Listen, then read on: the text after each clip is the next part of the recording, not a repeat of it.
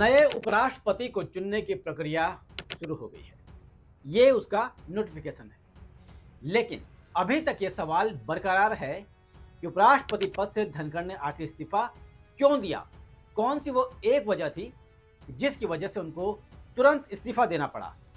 उसकी कुछ वजहें आपके सामने रखते हैं, फिर आपको पता चलेगा कि जो उन्होंने कारण बताया था कि स्वास्थ्य का हवाला वो कितना गलत था।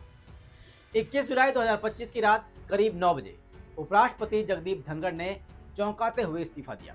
धनखड़ ने भले ही वजह को स्वास्थ्य कारण बताया हो, लेकिन ये सच नहीं है, क्योंकि महज 10 दिन पहले जेएनयू के कार्यक्रम के दौरान उन्होंने कहा था, I will retire at the right time. I will retire at the right time.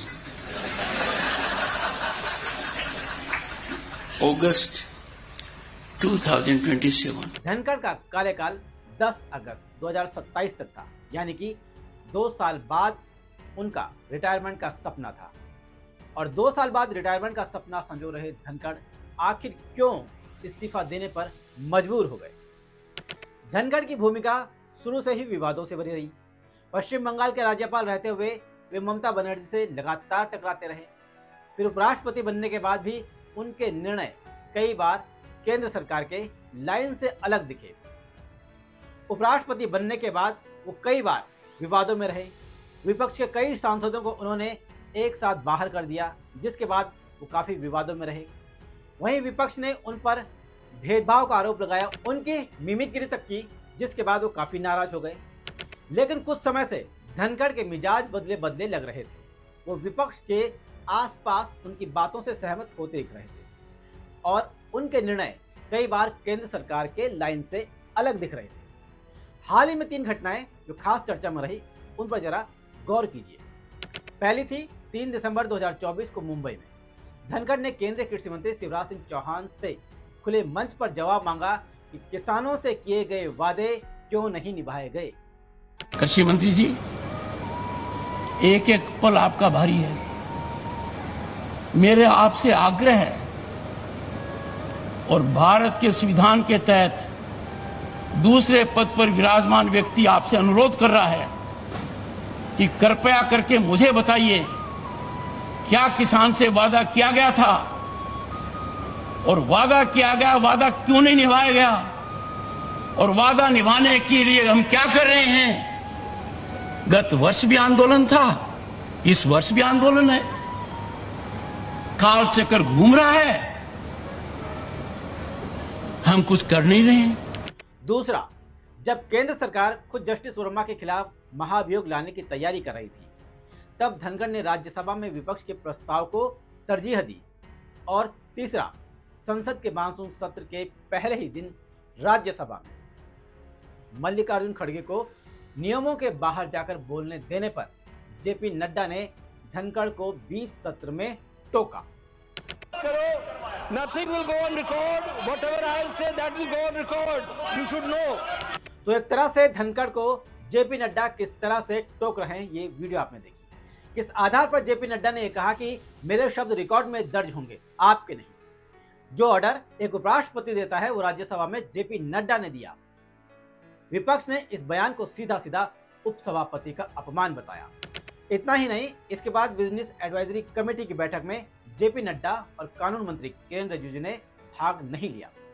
ये काफी था कि धनखड़ सरकार की लाइन से अलग जा रहे थे। दरअसल सरकार जस्टिस यशवंत वर्मा के खिलाफ खुद महाभियोग प्रस्ताव लाने की तैयारी में थी, लेकिन जब धनखड़ ने विपक्षी प्रस्ताव को राज्यसभा में मंजूरी दी तो केंद्र सरकार को ऐसा लगा मानो विपक्ष ने उनसे आगे कदम बढ़ा दिया हो, उनसे बाजी मार ली। ये कई एक्सपर्ट कह रहे हैं। बीजेपी के अंदर कई बार ये देखा गया है कि जब कोई संवैधानिक पदाधिकारी पार्टी लाइन से अलग चलता है तो उसे साइड लाइन कर दिया जाता है। धनखड़ का मामला भी कुछ ऐसा ही प्रतीत हो रहा है। कई उदाहरण आप देख सकते हैं, कई आयोगों के अध्यक्ष, आरबीआई के अध्यक्ष, तमाम तरह के ऐसे उदाहरण आपको मिल जाएंगे जब अधिकारियों ने खुद इस्तीफा दिया, जबकि उनका कार्यकाल बाकी था। चलिए खैर, अब चलते हैं 20 जुलाई को, यानी इस्तीफे से एक दिन पहले धनखड़ के घर उनकी पत्नी सुदेश धनखड़ का जन्मदिन मनाया गया। और इस अवसर पर एक बड़ी पार्टी हुई जिसमें राज्यसभा, टीवी चैनल, मंत्रालयों के अधिकारी और तमाम दलों के नेता शामिल हुए। कुछ सोर्स ये दावा करते हैं कि ये पार्टी वास्तव में एक फेयरवेल पार्टी थी जिसे खुद धनखड़ ने आयोजित किया था।